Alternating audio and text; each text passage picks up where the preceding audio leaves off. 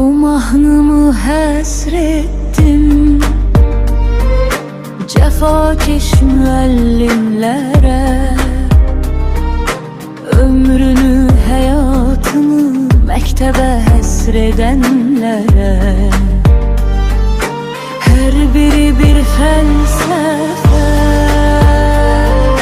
şagirdlərə örnəkdir. Dahilərdən dahidir əziz müəllimlərimiz.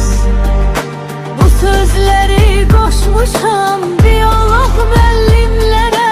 Hüceyrənin varlığı Allahın isbatıdır.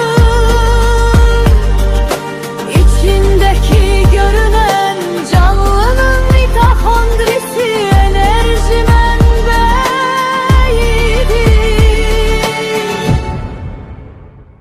Sənətilə fəxr edən müəllimlərə eşq olsun.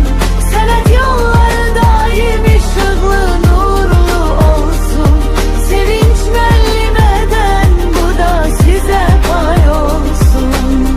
Sevinç müəllimədən bu da sizə pay olsun.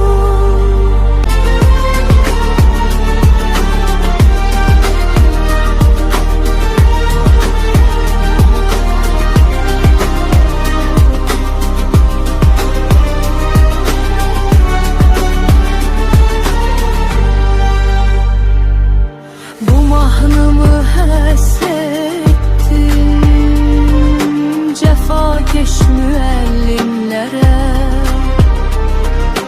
ömrünü, həyatını məktəbə həsr edənlərə. Hər biri bir fəlsəfə, şagirdlərə öyrətir.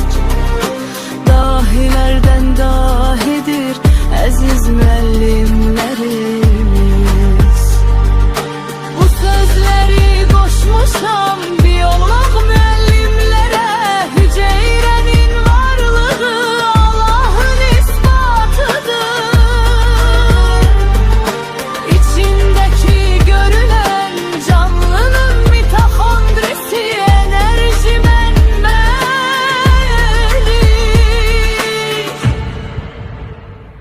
Sənətilə